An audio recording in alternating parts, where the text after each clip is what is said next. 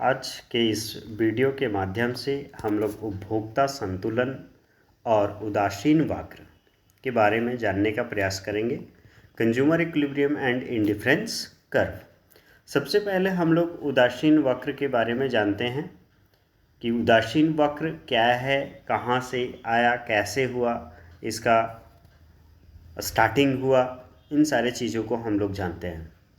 Indifference curve, जिसको कि IC के नाम से जानते हैं, IC, I for indifference, C for curve, indifference curve, जिसे हिंदी में उदासीन वक्र या तटस्थता वक्र या समभाव वक्र या अनधिमान वक्र के नाम से जानते हैं, जिसका विकास सर्वप्रथम प्रोफेसर एजवर्थ के द्वारा 1881 ईस्वी में किया गया, परंतु बाद में 1906 ईस्वी में इटालियन अर्थशास्त्री प्रोफेसर पैरेटो ने इस एजवर्थ के इस रीति को अपनाया और फिर 1939 ईस्वी में जब प्रोफेसर JR हिक्स की वैल्यू एंड कैपिटल बुक आए तो उन्होंने इंडिफरेंस कर्व, उदासीन वक्र को एक्सप्लेन किया।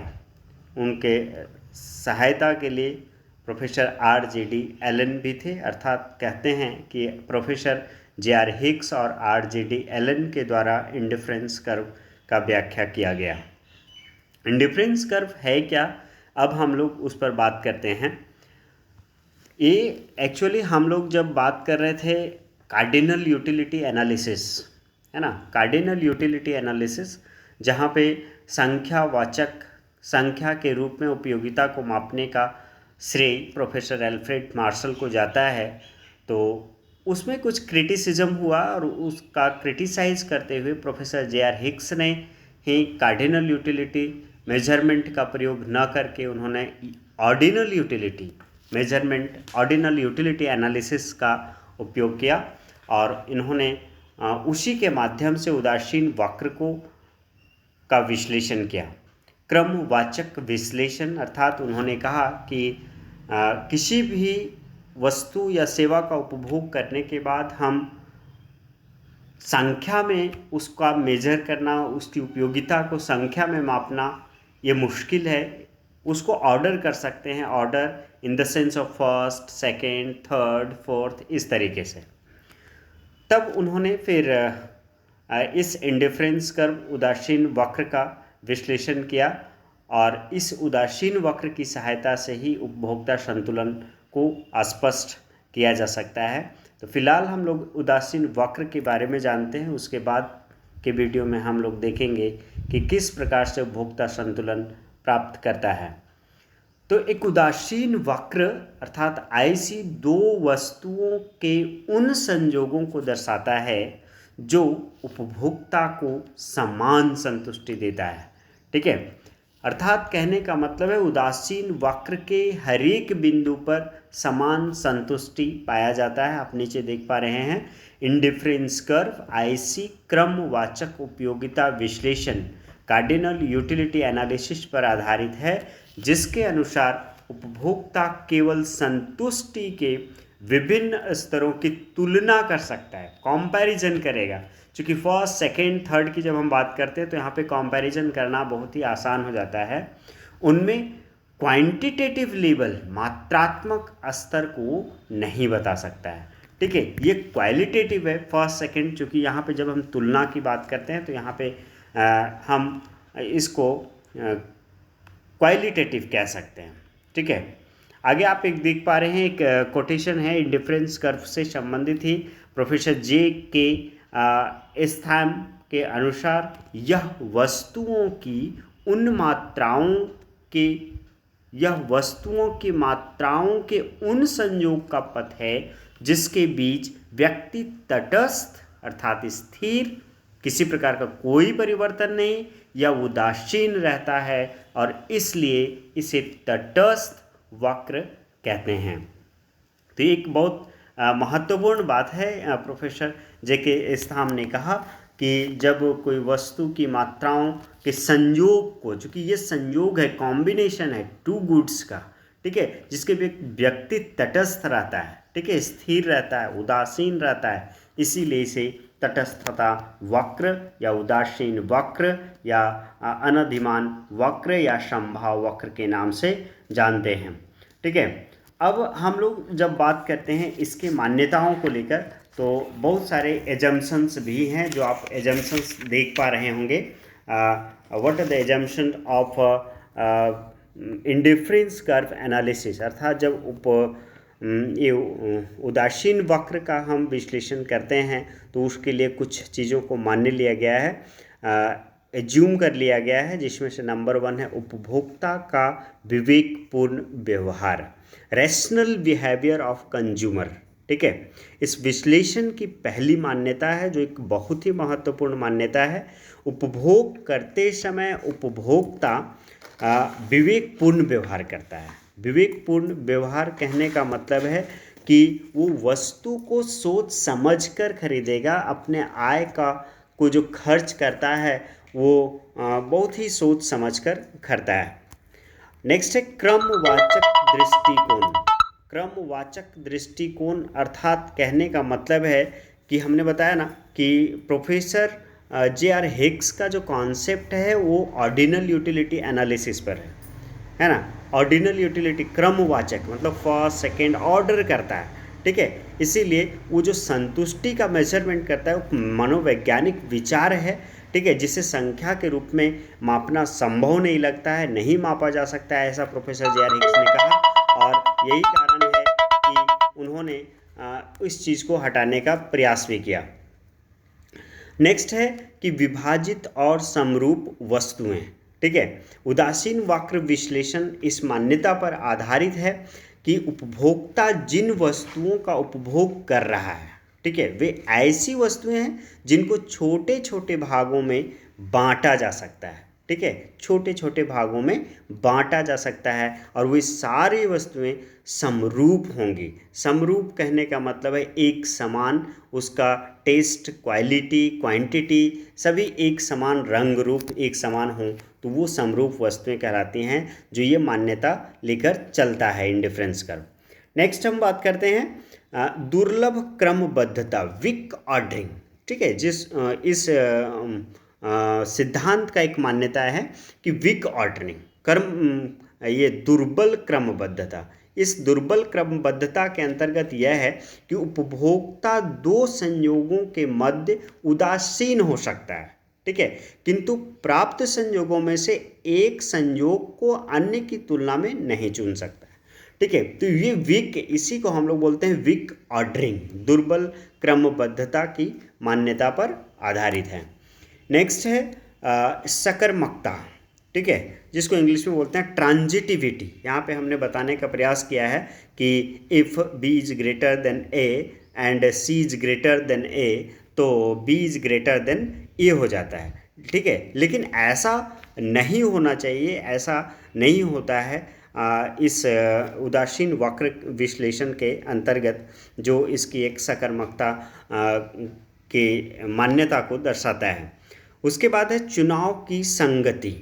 ठीक है, कंसिस्टेंसी इन सिलेक्शन, ये भी एक तटस्थ वक्र विश्लेषण उपभोक्ता के व्यवहार में संगति मानकर चलता है, एज्यूम कर लेता है। इसका अर्थ यह है कि यदि वस्तुओं के ए संयोग, ठीक है, दो संयोग को हम ले रहे हैं, ए संयोग का संतोष संतुष्टि बी संयोग की अपेक्षा आज अधिक है तो वह कल भी रहेगा।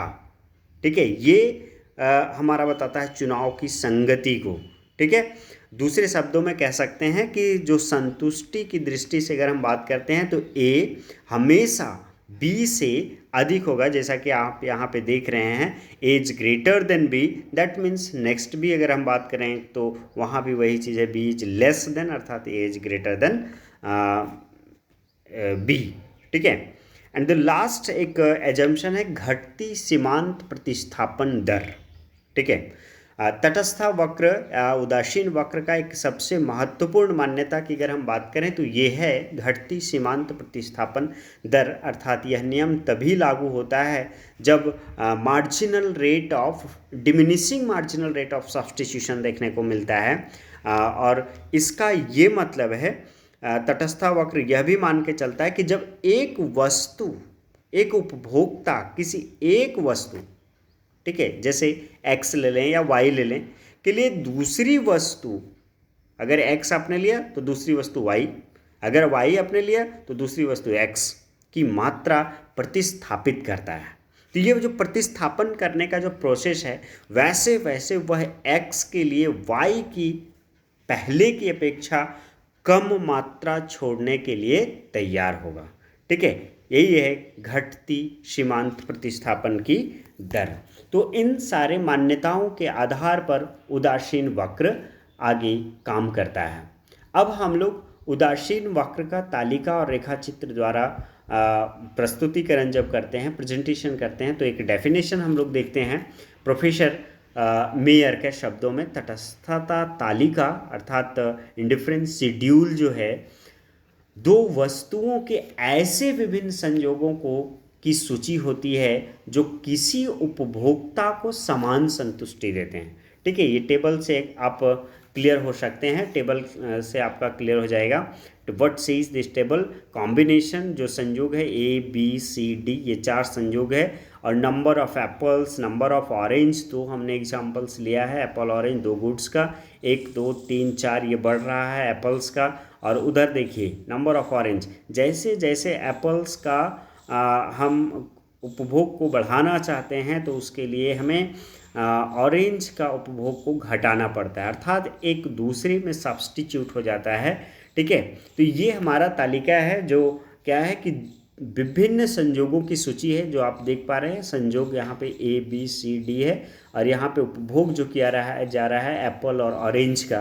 तो ये हमारा शेड्यूल हो गया। इसके बाद हम बात करते हैं इंडिफरेंस कर्व का। तो इससे आप स्पष्ट देख पा रहे होंगे। देखिए यहाँ पे 4 हमने कॉम्बिनेशन लिया था, जिसमें से ए बी सी डी ये 4 कॉम्बिनेशन है। और जैसे जैसे देखिए एप्पल्स हमारा बढ़ रहा है 0 से 1, 1 से 2, 2 से 3, 3 से 4, तो वहाँ आप देखिए 10 से 7, 7 से 5, 5 से 4, वो घटते जा रहा है। और जो घटने का प्रोसेस है ना, वो घटने का प्रोसेस उसका घटते हुए रेट से है, ठीक है। और यही हमारा बताता है कि diminishing marginal rate of substitution को। तो इस प्रकार से इंडिफरेंस कर्व का ग्राफ एक टेबल के माध्यम से बनाया जा सकता है। नाउ अब हम लोग आगे जब चलते हैं तो आता है इंडिफरेंस मैप, है ना, उदासीन मानचित्र। और ये उदासीन मानचित्र क्या होता है, तो उपभोक्ता के रुचियों तथा अधिमान का पूर्ण विवरण, ठीक है, पूरा एकदम होल एक उदासीन मानचित्र द्वारा व्यक्त किया जा सकता है, जिसमें कई अर्थात एक से अधिक उदासीन वक्र बने होते हैं। अर्थात कहने का मतलब है indifference map is a combination of different indifference curve, है ना, एक से अधिक मोर देन वन, हाँ, एक से अधिक इंडिफरेंस वक्र, उदासीन वक्रों का जो एक समूह होता है, एक मानचित्र होता है, वो हमारा इंडिफरेंस मैप कहलाता है। इंडिफरेंस मैप को जानने के बाद अब हम लोग पहुंचते हैं उदासीन वक्र की विशेषताओं पर, कैरेक्टरिस्टिक्स ऑफ इंडिफरेंस कर्व, जो एक बहुत ही महत्वपूर्ण भूमिका निभाता है जब हम कंज्यूमर इक्विलिब्रियम की बात करते हैं। क्योंकि इंडिफरेंस कर्व को जान लेने से सिर्फ नहीं होगा, इंडिफरेंस कर्व के कैरेक्टरिस्टिक्स को जानना, उसकी विशेषताओं को जानना एक बहुत ही महत्वपूर्ण बात होता है, जिसमें से नंबर 1 कैरेक्टरिस्टिक्स है उदासीन वक्र बाएं से दाहिनी ओर नीचे गिरता है तथा इसके प्रत्येक बिंदु पर समान संतुष्टि के स्तर को बतलाता है। ये आप देख पा रहे हैं इंडिफरेंस कर्व जो ऊपर से नीचे, बाईं से दाईं, नीचे गिर रहा है, और इसके कोई भी बिंदु, चाहे आप ए की बात करें या सी की बात करें, इंडिफरेंस कर्व का कोई भी बिंदु समान संतुष्टि के स्तर को बतलाता है, जो एक सबसे महत्वपूर्ण बात आता है। अब यहाँ पे कुछ हम और फिगर्स दिखा रहे हैं जो आप यहाँ पे देख पा रहे हैं इंडिफरेंस कर्व वाई एक्सिस के पैरेलल है, जो ये ऐसा होना संभव नहीं है क्योंकि ऐसे स्थिति में कॉम्बिनेशन नहीं बन पाता है। इंडिफरेंस कर्व एकदम ऑरिजिन से स्टार्ट होता हुआ 45 डिग्री का एंगल बनाता हुआ एकदम सीधी रेखा का है, ऐसा भी इंडिफरेंस कर्व नहीं हो सकता है। अगर ऐसा होता है दैट मीन्स कहने का मतलब है कि इंडिफरेंस कर्व के एजम्पशंस को ये सेटिस्फाई नहीं कर पा रहा है, ठीक है। और एक और चीज़ हम दिखाते हैं जो वाई एक्स एक्सिस के पैरेलल है, ये भी इंडिफरेंस कर्व नहीं हो सकता है। तो इंडिफरेंस कर्व होगा कैसा, तो आप देख पा रहे हैं इंडिफरेंस कर्व होगा आपका ऊपर से नीचे, बाएं से दाहिनी ओर नीचे गिरता हुआ, ठीक है। जो आप ये ब्लू कलर वाले लाइन को देखें अगर, तो वहाँ से स्पष्ट हो रहा है इंडिफरेंस कर्व, जहाँ पे ओ एक्स अक्ष पर हमने गुड एक्स को, ओ वाई अक्ष पर हमने गुड वाई को लिया है, ठीक है। एक चीज़ ग्राफ में आप देख पा रहे होंगे ए से बी, ये हमारा, इसको आगे हम एक्सप्लेन करेंगे, बट यहाँ आप जान लें कि ये कमी हो रहा है वाई में, और बी से सी जो वृद्धि हो रहा है एक्स में। त्रिभुज से जो दिखाया गया है delta x, change in x और चेंज इन वाई को दिखाया गया है, ठीक है। नेक्स्ट इसे हम आगे एक्सप्लेन करने का प्रयास करते हैं। नेक्स्ट आप देख पा रहे हैं ये उदासीन वक्र मूल बिंदु की ओर उत्तल कॉन्वेक्स होता है, ठीक है। Indifference curve is convex to the origin. हाँ, क्यों होता है इसको अगर आप जानने का प्रयास करेंगे तो आपको इसका आंसर वहाँ सामने मिल रहा है, क्योंकि सीमांत प्रतिस्थापन दर घटता हुआ होता है। विद्यार्थियों याद करो, अगर हमने एजम्पशन में आपको बताया कि घटती सीमांत प्रतिस्थापन की दर, इसका एक एजम्पशन है जो यहाँ पे एक्सप्लेन किया जा रहा है, ठीक है। तो ये घटती सीमांत प्रतिस्थापन दर जो यहाँ पर डिमिनिशिंग टेबल के भी माध्यम से हमने बताने का प्रयास किया है, ये सारे घट रहे हैं, ठीक है। देख रहे हैं टेबल में -0.5, -0.75, -0.25, तो ये घटते जा रहा है। एमआरएस का फॉर्मूला है change in y by change in x. Y में जो परिवर्तन हो रहा है, एक्स में जो परिवर्तन हो रहा है, वो हमारा उदासीन वक्र के मार्जिनल रेट ऑफ सब्स्टिट्यूशन को, उसके प्रतिस्थापन दर को स्पष्ट करता है। और आप ये चीज़ हमेशा याद रखेंगे कि जब भी कोई वक्र मूल बिंदु की ओर उत्तल हो, तो वैसे स्थिति में उसकी मार्जिनल रेट ऑफ सब्स्टिट्यूशन, उसका जो स्लोप होता है वो घटता हुआ होता है। यहाँ पे मार्जिनल रेट ऑफ सब्स्टिट्यूशन जो है ना, वो इंडिफरेंस कर्व के स्लोप को भी बतलाता है। आगे हम लोग इस पर बात करेंगे, ठीक है। नेक्स्ट हम आप आगे बढ़ते हैं। जब हम थर्ड में बात करते हैं तो आप देखिए यहाँ पे एक तटस्थता वक्र एक दूसरे को ना काटते हैं और ना ही स्पर्श करते हैं। And indifference curve do not intersect to each other and do not tangent to each other, ठीक है। ना ही किसी को स्पर्श करेगा और ना ही किसी को काटेगा। हमने ग्राफ के माध्यम से स्पष्ट एक्सप्लेन करने का प्रयास किया है कि दो इंडिफरेंस कर्व को यदि काट दिया जाए तो वैसे स्थिति में क्या होगा। तो विद्यार्थियों यदि काट देता है तो जैसा कि एक एजम्पशन था कि इसके हर एक बिंदु पर समान संतुष्टि मिलता है, तो वैसे स्थिति में यहाँ पे आप देख पाएंगे ए सी बी सब बराबर हो जाएगा, ठीक है। लेकिन ऐसा संभव नहीं है, क्योंकि अभी एक और इंडिफरेंस कर्व का आप कैरेक्टरिस्टिक्स पढ़ेंगे जो आगे इस पॉइंट को हम एक्सप्लेन कर देंगे। नेक्स्ट है ऊंचा, देखिए आ गया वो पॉइंट। ऊंचा उदासीन वक्र अधिक संतुष्टि देता है। Higher indifference curve gives higher level of satisfaction and lower indifference curve gives lower level of satisfaction, जो यहाँ पे आप देख पा रहे हैं।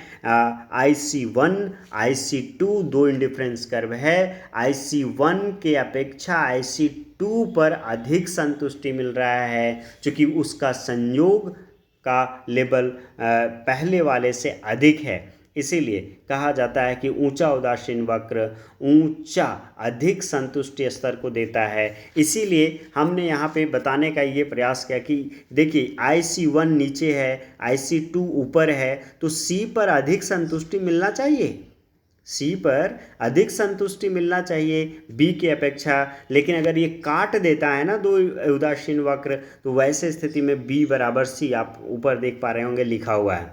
ठीक है, तो इस चीज़ को ये एक्सप्लेन करता है।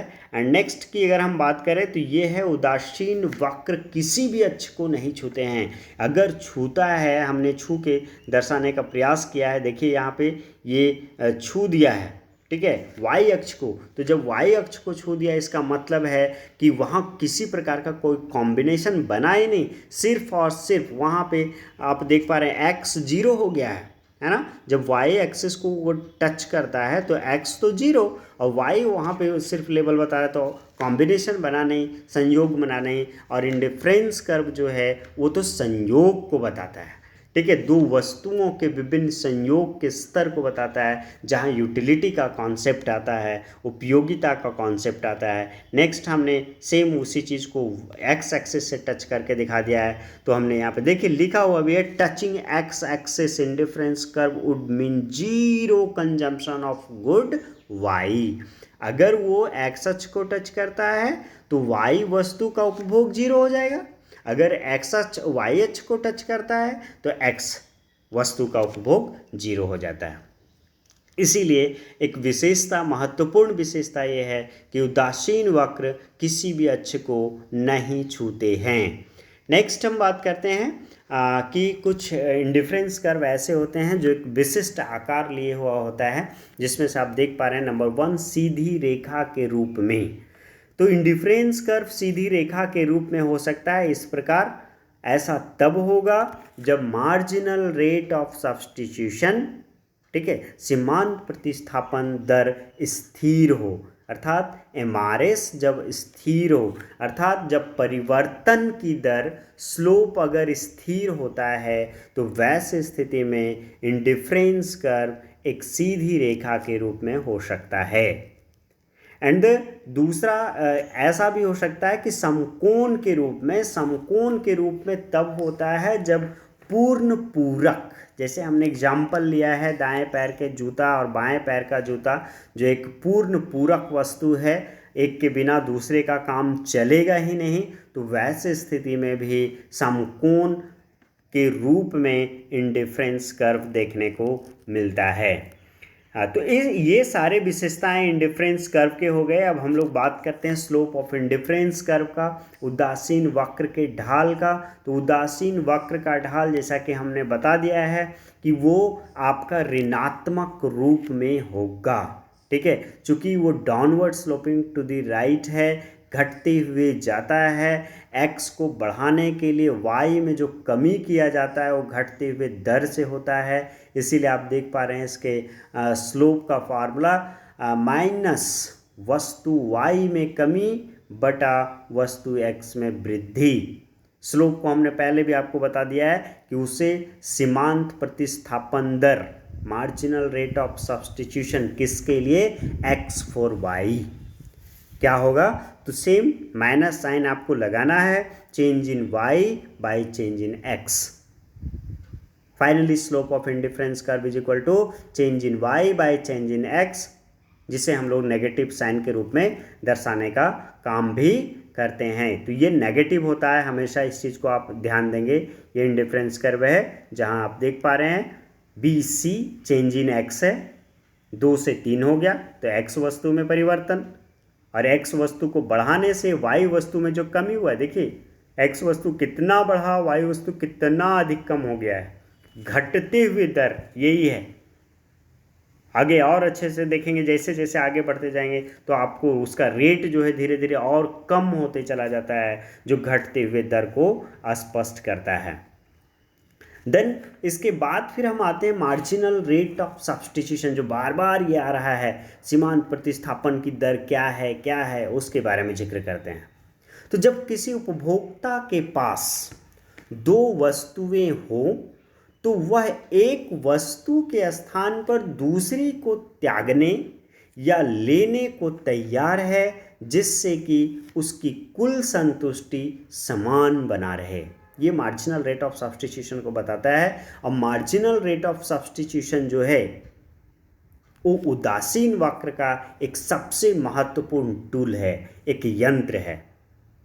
ठीक है, हमने बताया कि इंडिफरेंस कर्व के चाहे किसी भी बिंदु की बात करें उस पर समान संतुष्टि मिलती है, और जब समान संतुष्टि की बात करते हैं तो मार्जिनल रेट ऑफ सब्स्टिट्यूशन का रोल वहां पे बहुत अधिक हो जाता है।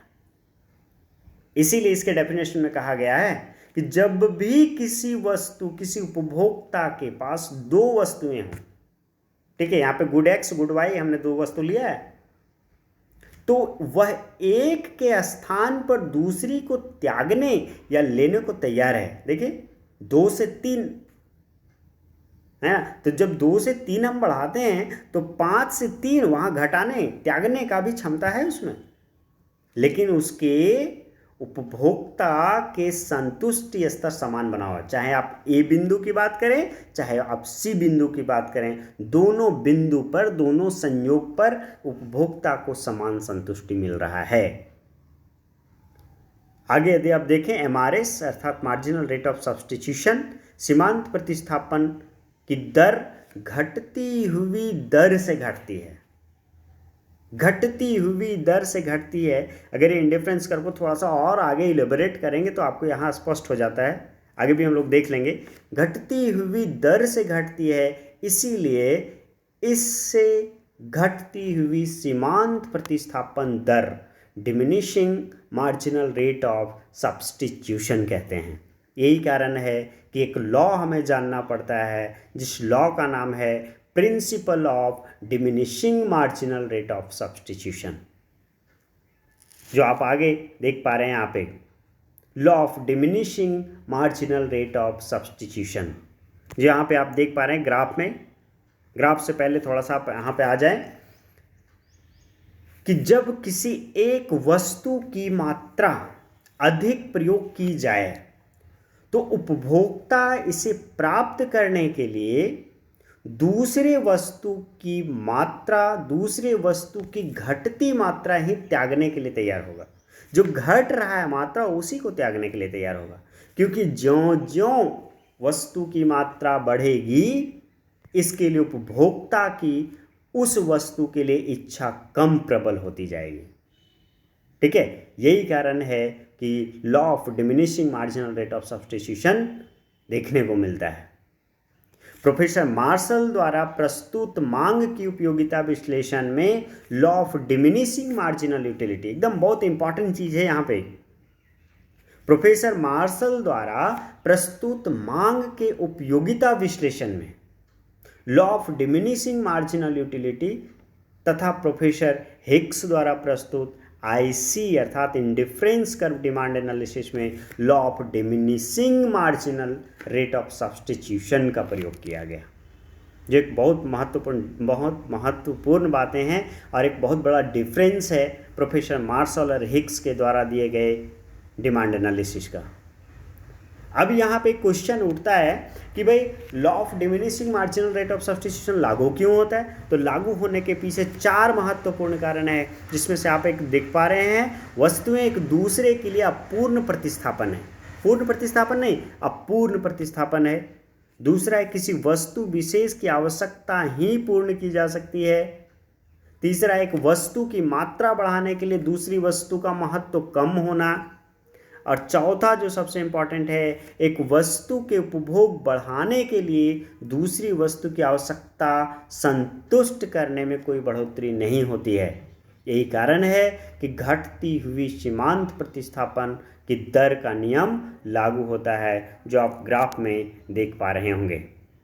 This is a graph and this is a table which shows the law of diminishing marginal rate of substitution। जो आप देख पा रहे हैं 5, 4, 3, 2 MRS XY देखें 5:1, 4:1, 3:1 और 2:1, अर्थात x में जो परिवर्तन हो रहा है वो बराबर है, उसमें कोई चेंजिंग नहीं है। 1 से 2, 2 से 3, 3 से 4, 4 से 5 एकक का परिवर्तन है। लेकिन अगर y वस्तु में जो त्याग किया जा रहा है उसमें जो कमी हो रहा है वो घटते हुए दर से हो रहा है। तो ये घटते हुए दर से जो परिवर्तन हो रहा है मार्जिनल रेट ऑफ सब्स्टिट्यूशन में, यही हमारा घटती हुई सीमांत प्रतिस्थापन की दर को अस्पष्ट करता है, जिसे हमने ग्राफ के माध्यम से भी दर्शाने का काम किया है। Thank you.